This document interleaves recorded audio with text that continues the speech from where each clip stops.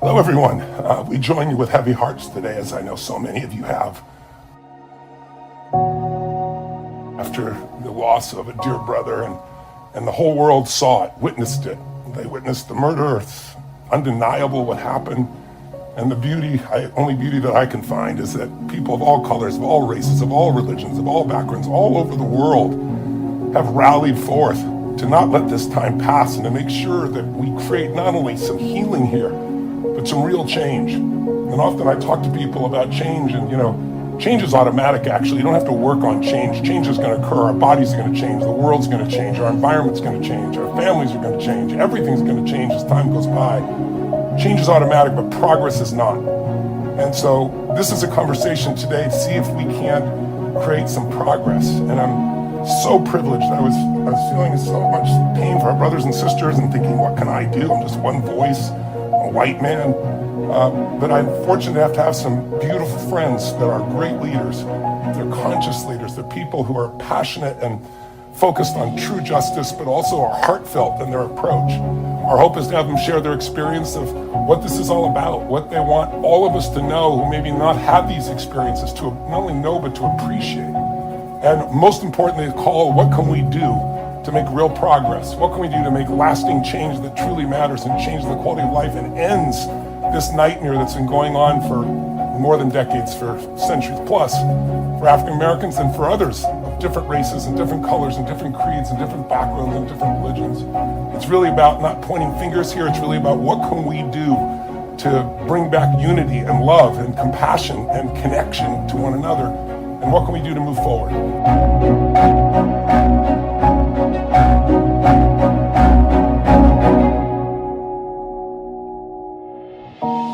The tragedy of the killing of George Floyd is real in a different kind of way, because we have all saw the documentary of his death, literally narrated by him. He is begging. He's saying, I can't breathe. I can't breathe. What really needed to happen was they needed to give him a breath. He needed a breath, and he would have lived. And so I'm asking everybody, and along with George's family, let's take a breath. Let's take a breath for peace, for justice, and let's take a breath to try to heal our country. America needs a breath too, because none of us can breathe after watching that video. And stacking on the Eric Garners of the world, the Michael Browns, the Breonna Taylor, people coming in and shooting in her own bed. I mean, it's total insanity. And Tony, thank you for saying Breonna Taylor's name. Today is her birthday. She would have been 7 years old. And so thank you so much for not letting her name get lost in this conversation. And thank you for all those that you've defended and put your life on the line for, and for your courage, brother.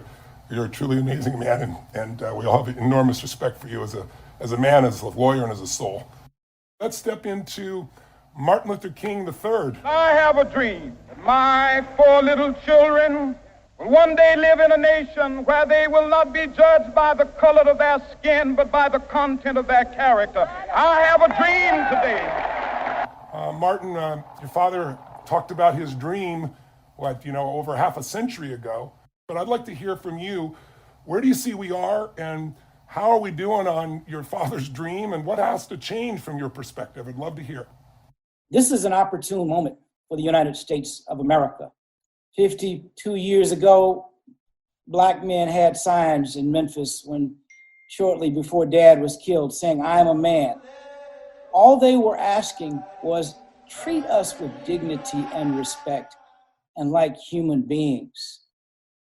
52 years later, Black people and white people and Latino and Hispanic people and others are standing with signs that say, Black lives matter.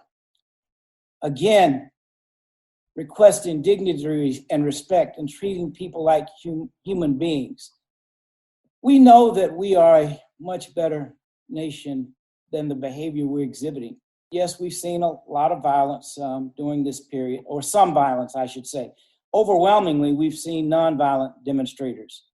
Dad said that violence is the language of the unheard, which means that he never condone violence, but he understood, as I think many do around the nation and the world, the conditions that have caused this.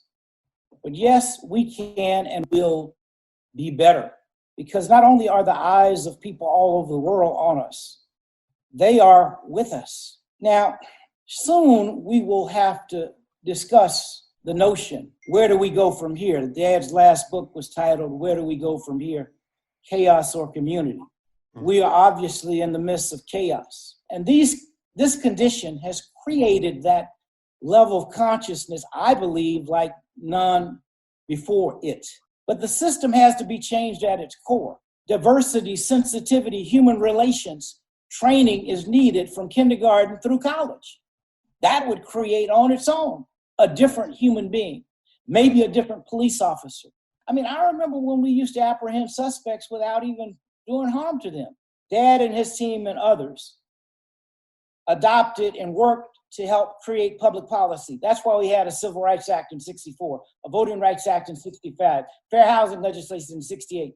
So there needs to be policy, new policy presented.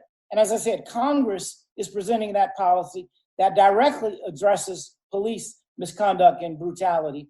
And I think the way we help is we need to be inundating our congresspersons, our senators, our president with emails, with text, and even the new TikTok or TikTok, whatever the videos are the kids are using now. Every modality on the planet we need to use. When the public hears and acts, as I said, ability and will creates action that we perhaps have never seen in our lives thus far. This is the time we must act, and we will act. That's who we are as a nation. So I think everybody in this room, everybody in this Zoom room who's of African American descent have had similar experiences. I could go on and on and on about my own. We weren't human beings. So that particular narrative became insidiously within the culture. With a mass incarceration, the criminal justice system meting out different forms of justice, people are just suffering from fatigue. When the protests are also an element of anger and rage, but also just fatigue of the years of the insidious racism and bigotry. Now, I agree with Doc Rivers' dad. We're not here to be victims. We may be victimized, but we're not embracing victimhood. And so we learn to love and appreciate ourselves, develop a great sense of who we are.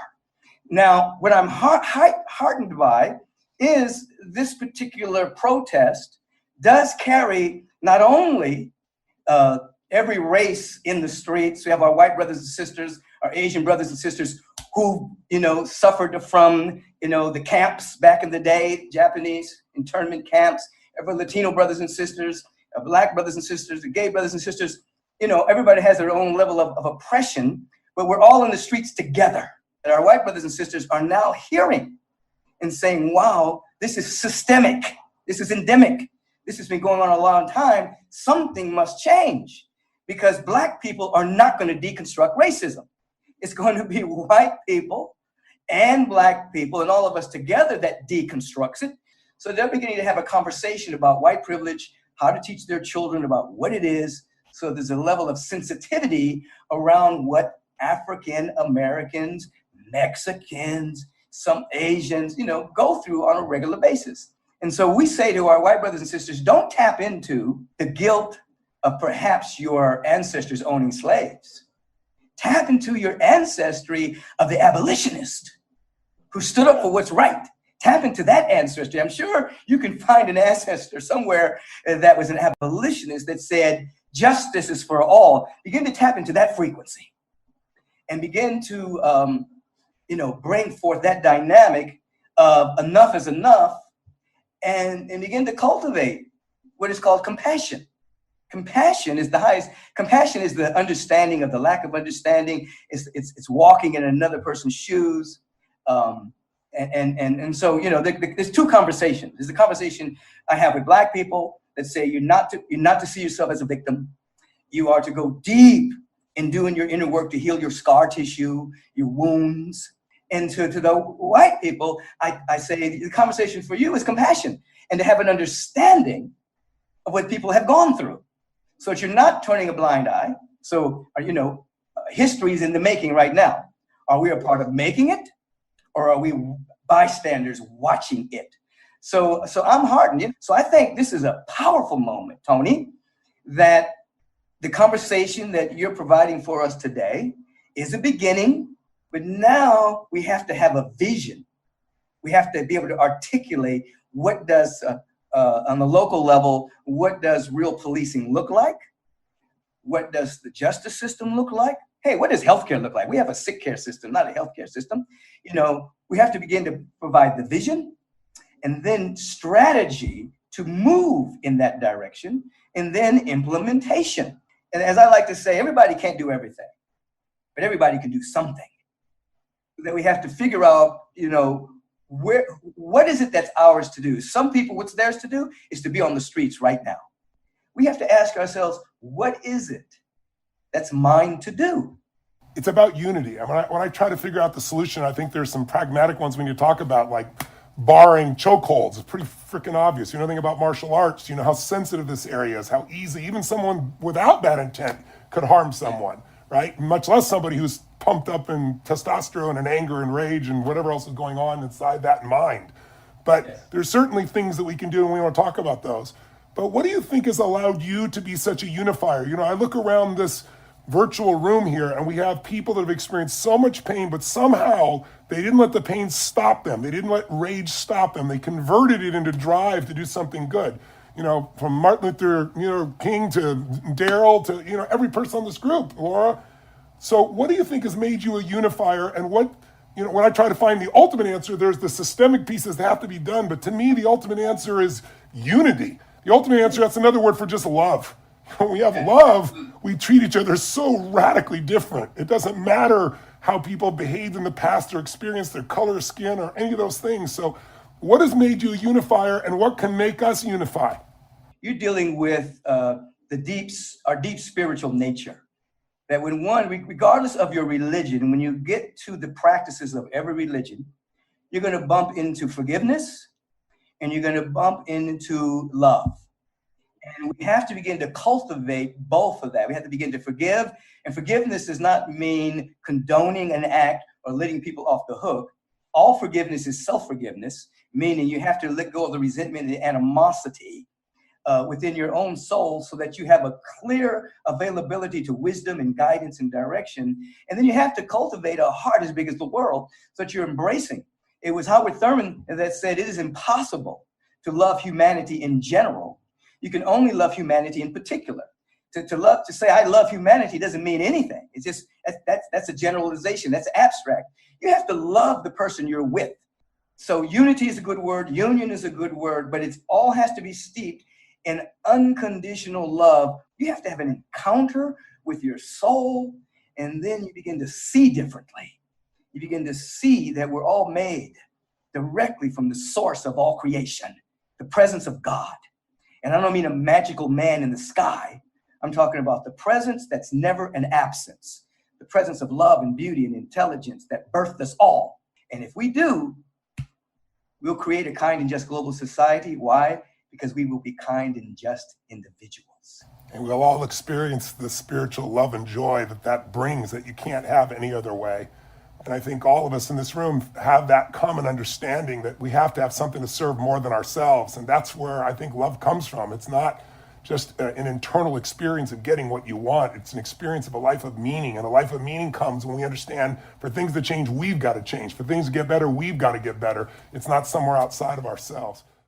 We have Sabrina Fulton, who experienced what no human should have to go through, much less any mom, the loss of her 17-year-old son, Trayvon Martin, and again, a person have every right to live in rage.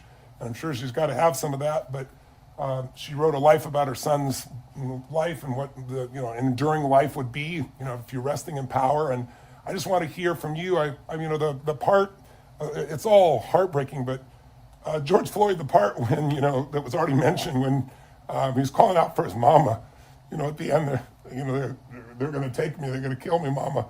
I mean, I don't think anybody's got a soul that couldn't have their heart be crushed by that.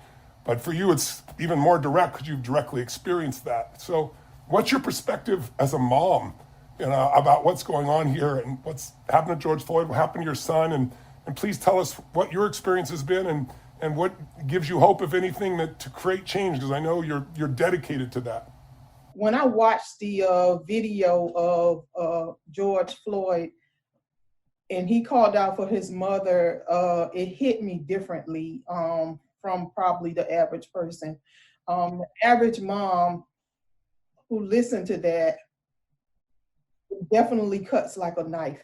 I mean, it just tugs at the strings of your heart just to hear somebody to call out for their mother, because when you get in a jam or you feel like you're slipping away, and he probably felt like his life was slipping away, and he probably knew that he was going to die. You either call Jesus or you call your mother. A lot of times we feel like if we just comply that we'll be able to make it home safely. Well, some of these people have been compliant and they still don't make it home safely. And so that's some of the things that we need to focus on, the times where they don't make it home safely, because you can have your hands up, you can obey commands, and you can do everything to comply with whatever the police officer is saying, and you still maybe get shot and killed. People always try to justify somebody's death. And even in my son's case, they try to justify their death. And I keep telling people, this is not about black and white. It's not all the time about black and white, but we got to just focus on what's right and what's wrong. And that was wrong to see that. And then I tell people who try to challenge me about certain things, I tell those people, well, what if it was your husband? What if it was your brother? What if it was your son? What if it was, you think about, put your family member, your loved one in George Floyd's place. How would you feel?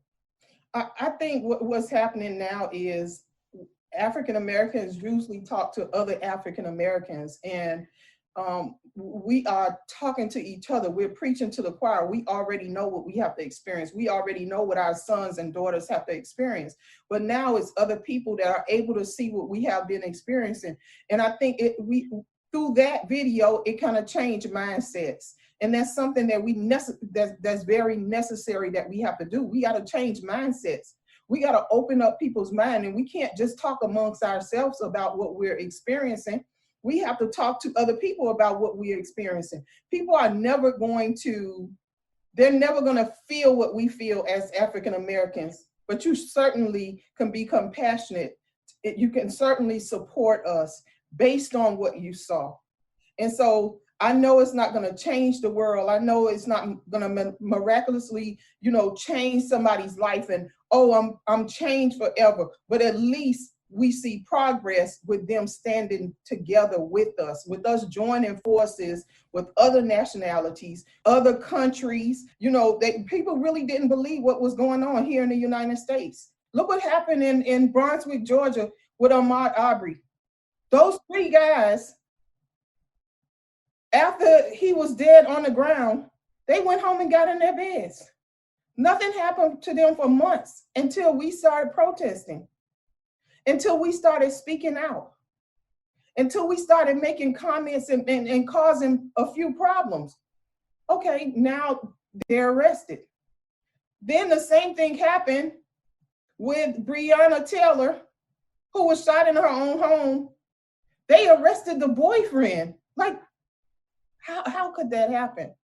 I know beyond a shadow of a doubt, if Trayvon had shot the person who killed him, Trayvon would have been arrested right there on the scene.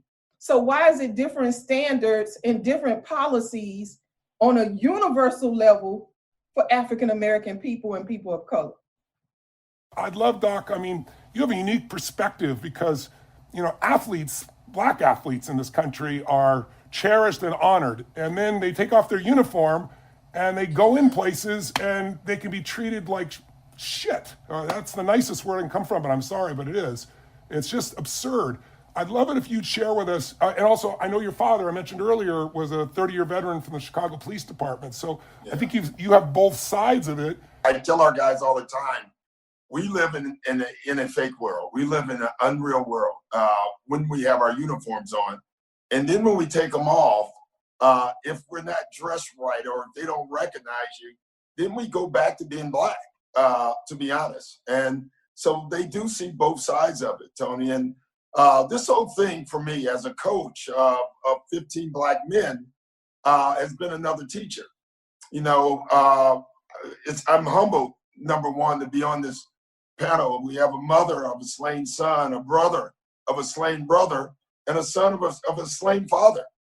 I keep hearing about this conversation that we should be having. And as a black man, we've been having this conversation. We've been having this conversation for so long. And what we need is action.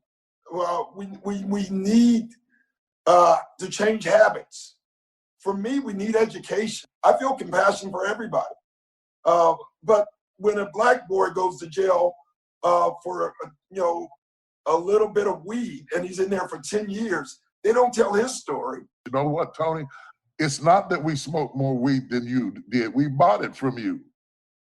It's just that you had better lawyers. You knew who to call. You knew what to do. Just because your father smoked dope at 17 or 18 doesn't mean he ought to still be locked up at 40. In some of our states, the judge can get high, and we still haven't got the guys out of jail who went into jail for doing the same thing that we're now legalizing. Emptying out the jails that we have built for big business from nonviolent crimes sends our fathers back home to raise their sons. When white kids or white people, I'm not sure you can handle this, but when white brother, give it to us. When white people have a drug problem, it's considered a sickness. It's considered a sickness. When black people get on drugs, we're criminals. When your kids get on drugs, they're patients. We love our kids like you love your kids. Our women want our men to come out of jail. Our little boys need their fathers back. They don't say that this kid grew up in poverty, unequal education, and he was hopeless and joined the game because he saw no other hope. And to me, like, we have to do more than have a conversation. We need that. But we have to take action and we have to change habits, but we have to educate. And education is so important. We have to educate ourselves. And I'm not talking about school education. I'm talking about education on how we got here, because that's where you'll start having compassion. I've been asked, how do I educate myself? What should I need to do? And you go read, you go find, you go research. But for kids, we just have to educate them, because you're right. Racism is not an inborn act, it's taught, right? And so, and sometimes it's not even taught. It just happens because you're in a house of someone who doesn't know, a black person, or doesn't know the history of this country. I really believe, like, if we teach more, we'll do more and understand. And I do think this is a call right now to do it, but we have to do this much longer than the protest. Everybody on this panel have seen protests in their lives, and we've seen little change, all right? So we have to get involved and we have to stay involved. I think that's the key. But this is not a black thing. This is a human thing. And so we have to have humanity. My dad was a good cop, and he always said, one thing that a good cop hates is a bad cop. Bad apple thing, that's true. We understand in society there are bad apples, but when bad apples happen, they have to be persecuted. My dad always said one thing: there will be no victims in the Rivers house. He always said, but you are going to get victimized, and when that happens, you have to keep pushing, but you can't stop because then they win. It's great to honor your father and all that he brought to you, because I also think that's where it all begins. It doesn't just begin in schools. It begins with fathers and mothers who step up and tell the truth about the diversity of life, the beauty of life. I mean, if you want to know what the universe or God loves, you go to the forest, and what do you see? Everything is different. Every twig, every tree, every branch, and that's the beauty. But somehow along the way, with tribalism and mentality, the mind gets in the way, and people are suspicious of what they don't understand and they don't have an experience of. oftentimes I want to operate out of my ego. I want to operate out of my hurt, my pain, but it's God's love for me that he forgives me every day, and I fall short every day. So with that being said, I try to operate out of that same love, and it's hard. It's extremely hard, especially when you're hurting, especially when your dad never recovers the same from that night. A lot of people don't know, but my dad was awarded with an amazing job that he was celebrating that night, a construction company. And so when he noticed the police were behind him, he ran for the same reason everybody else runs. And then he posed the question, and a lot of people say it was a statement, can we get along? It was actually a question. And he was asking America, can we get along? Can we stop making it hard? The part that bothers me the most is I want to dislike cops. However, I am blessed to have about 4 solid friends that are police officers. One of my grandfathers was a Los Angeles sheriff, and he's a great man. So I can't say all cops are bad, but I do have a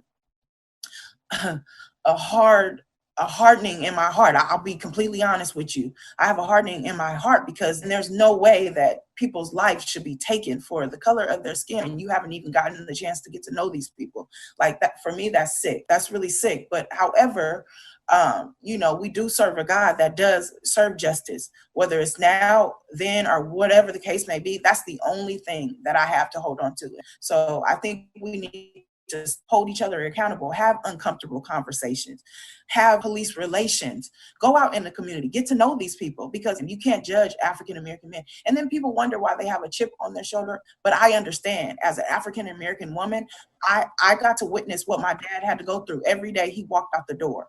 And it's like, you're on high alert, you're tense, you have an anxiety, and you're expected to have a smile. And it's like, that's a hard way to live as a Black man. That's hard. I'd like to divide racism from injustice because they're often used interchangeably, but they're really not the same thing. Racism is a condition of the heart. It deals with how you feel about me. Injustice is an action, it's how you act toward me. There's not going to be any legislation made that eradicates all types of biases and racism. What that is going to take is the love of God in our hearts and the experience of interacting with. That's the thing about racism. What brings us all around this table and what makes us all have so much fraternity around this table is injustice. When we talk about white privilege, a lot of white people get offended, but let's go back and understand that the Constitution describes us as being 3/5 human. So we have always had to fight for humanity. And let's be clear, Tony, we are not saying that all of our people are right or good, don't make mistakes, and don't need to be arrested. That's not true at all. We all know that's not true. What we are saying is we are people too, and we should not be tried and executed on the sidewalk. This is real for me. I grew up going to colored bathrooms and drinking from colored water fountains and watching my father go to the back door of restaurants to get something to eat.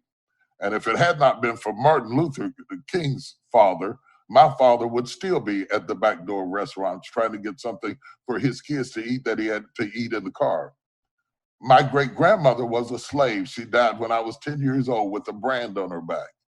Our history is not so long ago. It was just yesterday. And the ramifications of the kind of abuse that has been infused upon us against our will has left a lot of terrible side effects on us as individuals, of which whites can be inconsiderate and quite judgmental. And I think to give yourself a pass to say, I could never know what it is like to be a Black man, and I could never know what it's like to be to have come from your background and have your set of experiences is absolutely true, but it does not give you an excuse. You don't have to be a dog to put a football player in jail for abusing a dog. We cannot give ourselves these sociological passes about this level of pain. This is not new. It shouldn't take us 200 and some years to learn this lesson. But when you write the books you read, you come up with skewed truth. And you can't imagine how my eyes fill with tears to see young and old white men and women standing out there with us to admit that our lives matter. If you want to do something better than that, stop funding the campaigns of people who think it's okay to kill me. Hold them accountable. While I am trying to get our people to vote, we need voices like yours to get your people to hold those people accountable to a higher standard that stops the pain. The war on crime was really code for war on us. Both Democrats and Republicans have participated in it. And just because it's your party doesn't mean you don't need to correct it. I went through and made a list of just the last 10 years, and then I looked back and said, let's go through the last 4 presidents. And, you know, there's 2 of those administrations were Democrats, 2 were Republicans, and we've seen this continue to happen no matter who's in charge. So I really believe it's up to us. We are better than this, and we've got to take this momentum and not let it die. What do we do to make sure this momentum does not stop, and once and for all, we finally produce lasting change? We need to listen to all types of news, not just the news that reinforces what we believe. We need to watch other kind of movies. We need to read each other's books. We need to be the family God created us to be. There is no way, I'll say this and shut up, there is no way in God's green earth that I could see Tony Robbins on the side of the road and put my knee in his neck, or let anybody else do that, and me not fight them to the death. As white as you are and as black as I am, I would go down to the floor fighting for you. As I would for you, brother, as you know in your soul, as I would for you. Everything where the floor was level and the rules were clear, black people excelled at it. Basketball, the floor was level and the rules were clear, we did good. Football, the floor was level and the rules were clear, we did good. Everywhere the floor is level and the rules are clear, we do good. Give us a chance. Our little kids became everything they were exposed to. So they can do hip hop, they can do music, they can do recording, they can play basketball, they can play football, they can run, and now they're starting to golf, because if we can see it, we can be it, and they can preach. Now, a few of us escape, but you can't point at the few and say, look at so-and-so, and look at so-and-so, and look at Oprah Winfrey, and look at T.D. Jakes, and look at so, don't look at me, because I didn't have a record. I had never been locked up by the grace of God. I had a little bit more of a level floor. It's not just about being black, it's about the inequities of the floor. We start with health disparities, food deserts, all of these problems. I know it's overwhelming. We don't want you to fix it for us. We want you to fix it with us. I'll stop with that. Thank you. Preach, brother. Let's talk about solutions that seem impossible. Long story short, I traveled the country and I interviewed a lot of Klan members, leaders, Imperial Wizards, Grand Dragons, Exalted Cyclopses, Great Titans, so forth and so on. And I wrote the book, Clandestine Relationships. And through the process of sitting down and talking with these people, many of them ended up leaving the Klan and giving me their robes and hoods. It starts with dialogue. I gotta ask, when you ask them the question, how can you hate me without knowing me? What were their answers? And then how do you get through? Let me tell you the answers, okay? I got 2 answers. Because I would ask the question when I first started interviewing the people, all right? The answer I would get is, black people are criminals. Then I'm told also that black people are lazy. And then I'm told that black people are born with a smaller brain than white people. So we don't have the capacity of a white brain to have the higher IQs. That's why we score so low on the SATs. Now listen, when somebody tells you that, and you're sitting there and they're telling you this, is what you're hearing offensive? Absolutely, it's offensive. Was I offended? Absolutely not. And why was I not offended by that? Because it did not apply to me.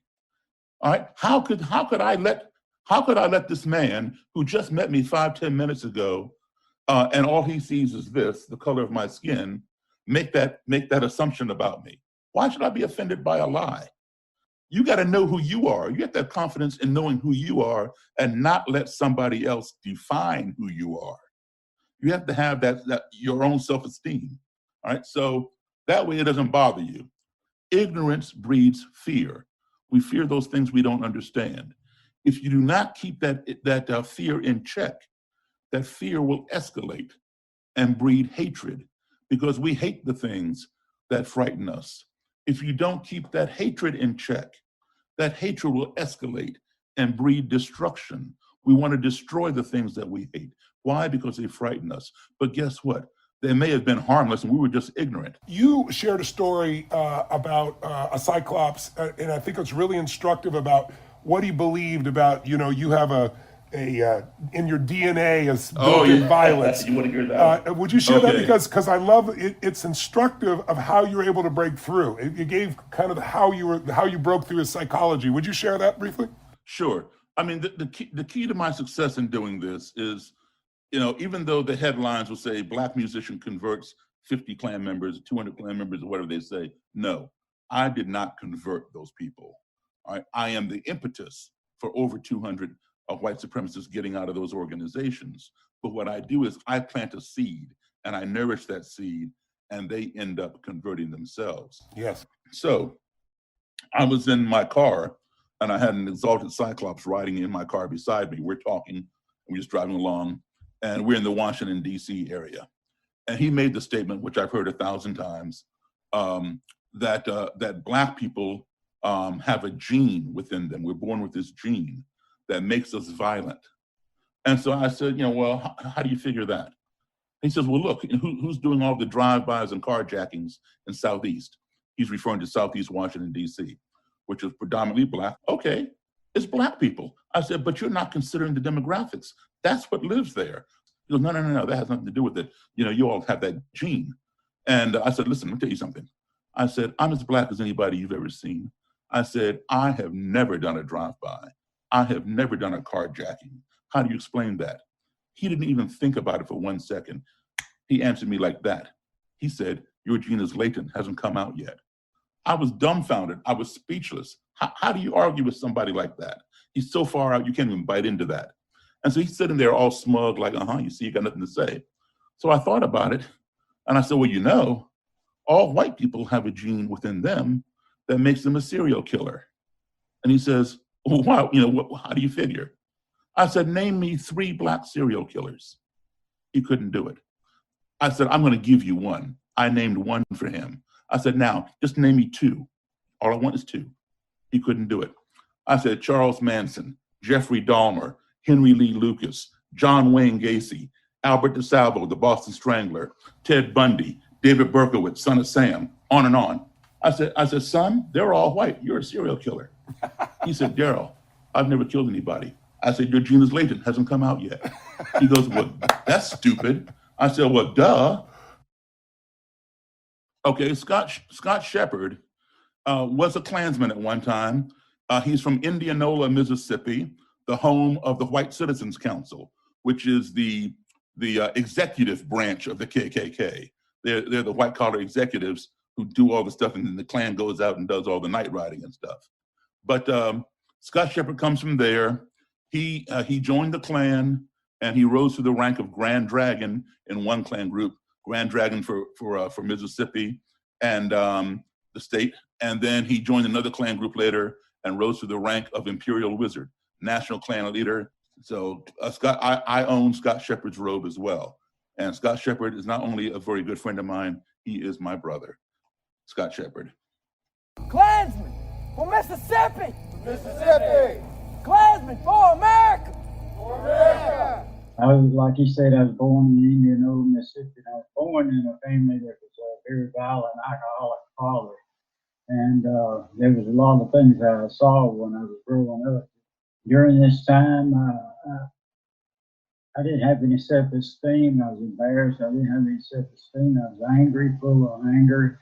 And I was looking for a place to fit in. And I just happened to see Daryl Davis on Discovery Channel. And when he was on TV, he made a lot of sense to me. What did he say that made sense to you initially, that grabbed you?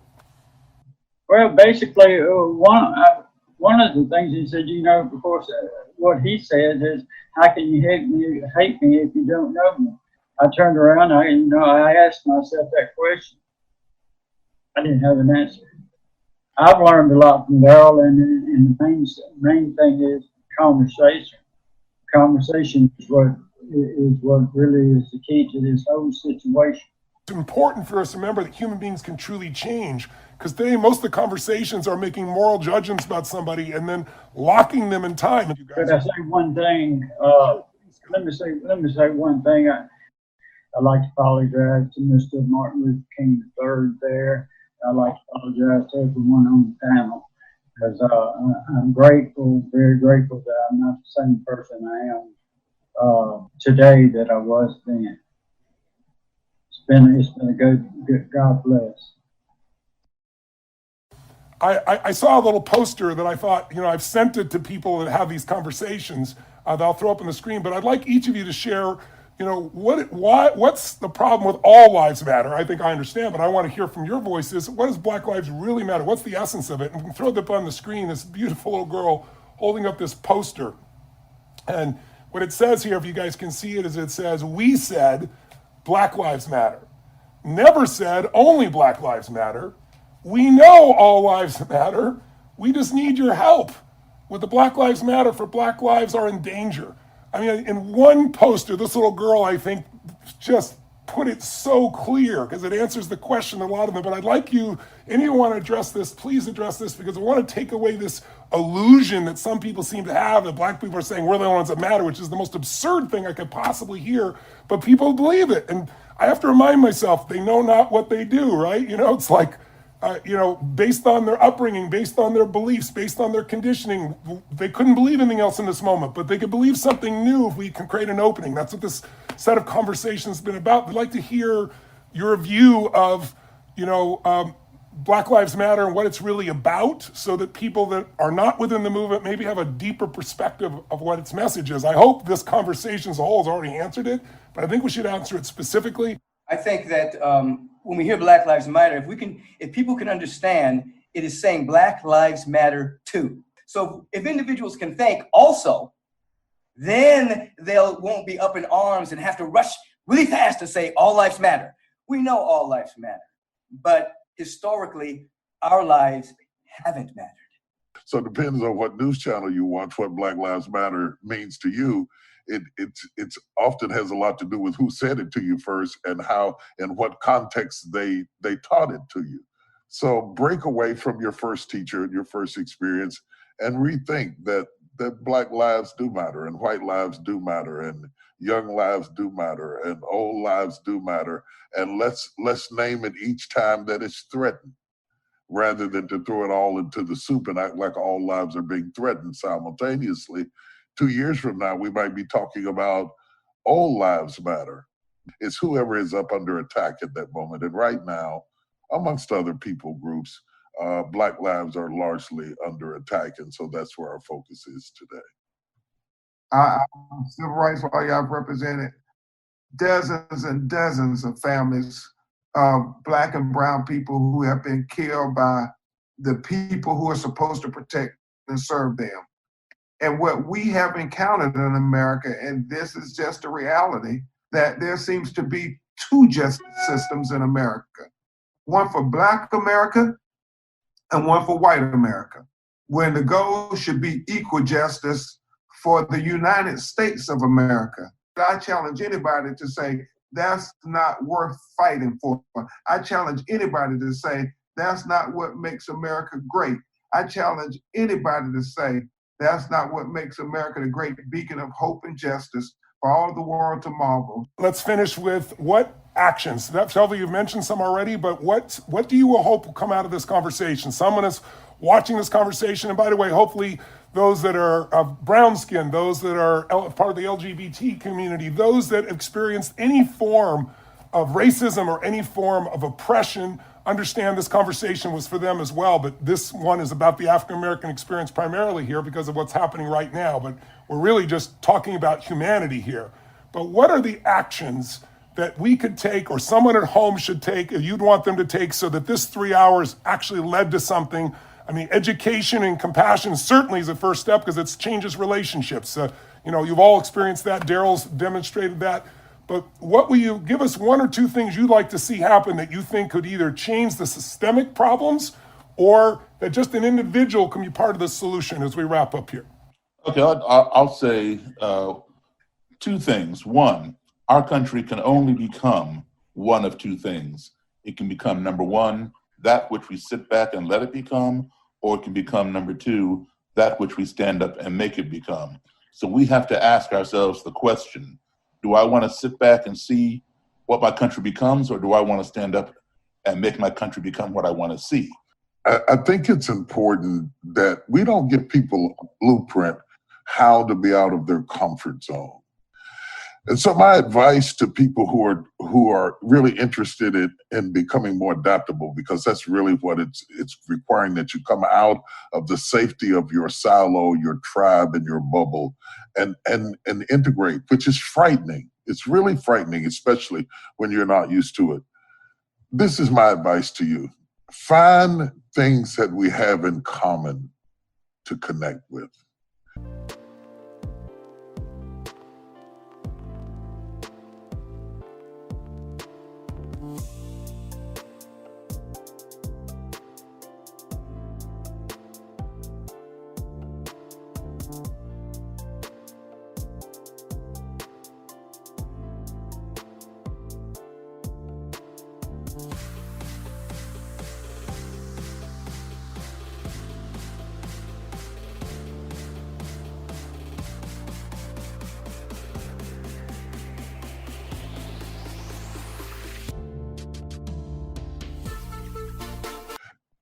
There are always distinctives, and the media focuses on our distinctives because divisions drive up ratings.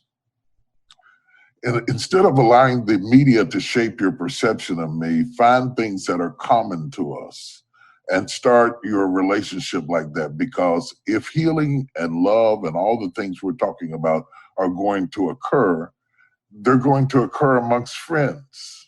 And I don't think people always know how to befriend somebody whose background is different, but there's always something common. This is old school, and I'm going to date myself with this, but we were taught in school that in order to work with fractions or multiply them or divide them, you had to reduce them to their lowest common denominator. I don't think they do that anymore, but that's the way they taught us. I remember.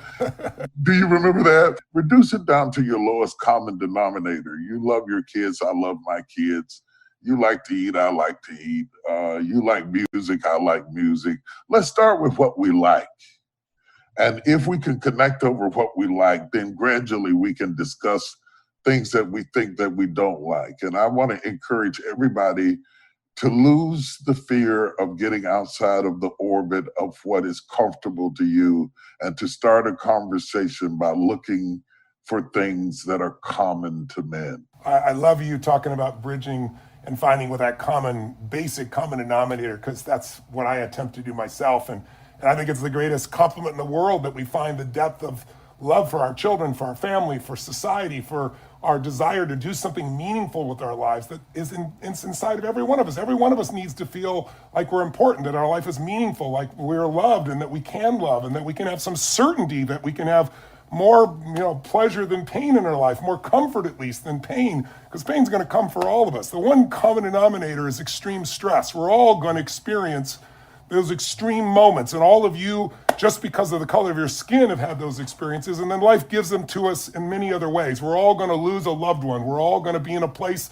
or maybe our house burns down and we lose our job, or the government changes the rules and suddenly, your business is gone. We're all going to face those things. Some people are going to be raped. It's horrific challenges that are there. But what makes us human, I believe, is our capacity to be resilient through all that and to grow spiritually so that our compassion, our heart and soul grows and we connect and unify more. And in that we feel the love and joy. I mean, separation is suffering. I want to maybe perhaps encourage an assignment. Great. Many people believe they know who Martin Luther King Jr. was and what his vision was for our nation and world. But to truly understand my dad, then you need to read the book that I started off talking about, Where Do We Go From Here, Chaos or Community, where he talks about the world house, the world in which we must engage and live in, because it gives us pragmatic and practical ways to create this world and really the beloved community. If we had the essence of that, Dr. Beckwith, Bishop Jakes, and so many other leaders preach about this love, this universal love that we as a nation and as a world must engage in and can. It is demonstrated every day. But it's even bigger than that. It's even bigger than that because, you see, humankind has a capacity that other animal forms don't have. All we got to do is to tune into that internal part of who we are, because we've been made in the image of, but we are incredible human. I mean, think about when there's a tornado, a tsunami, a hurricane, people, Americans roll up their sleeves and they come to give. They give the best. They don't ask you what color you are. They don't ask you what your sexual orientation is. They don't want to know anything. They just want to help you get out of that condition. We are a phenomenal and amazing society. We got to find a way to constantly bring that good out of us. And it all revolves, I would say, around love. So yes, we must pray for change. We must work for change. We must be the change. And yet, if love has not yet won, the battle is not yet over. I agree, my brothers. I cannot thank you all enough. I know I've said this so many times, but I love you all. I love your souls. We are in a moment in history in which a change can be made, and you've all spent your lives to get to that point, and you've all suffered immensely. But again, you know, out of suffering, some good must come, and out of your suffering, I promise you I'll do everything in my power to get this out to as many people, as well as be, you know, a heartfelt example of that myself. So I just want to say, I don't want to presume to speak for this group, particularly this group is extremely articulate and intelligent as they are, but I think it would be remiss of us not to personally thank you as being a catalyst that brought us all together to have the kinds of conversations that would feed the nation. You have to be a very broad and bright and progressive person to have the capacity of love to throw your arms out in the middle of such turbulent times and bring us together. And I don't want you to be the one who thanks us without knowing how deeply and how sincerely we thank you for being just who you are. oh, it's my honor. I was going to say the same thing, Bishop. As I saw the video that you put out, Tony, and your emotions were very, very raw, very sincere, very heartfelt in what you were feeling during this time. It really moved me. I think the last couple of weeks, I probably cried more in the last 2 weeks than I've cried in a couple of years.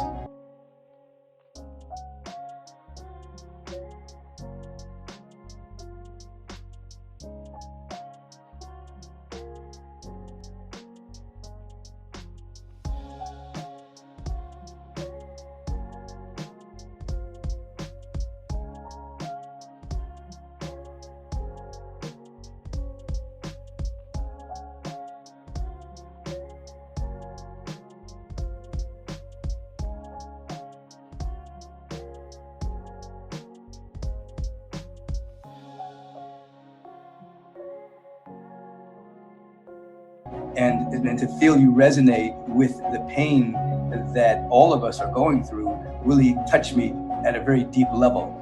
So along with the bishop and everyone else, I also want to thank you for being the place through which this galvanized into this conversation that will be moved to more love and more action. Thank you. Love you all. Thank you. It's my honor. You're all humans of such incredible goodness. And I know it'll inspire people to find the goodness that's already alive inside them and maybe wake it up even a bit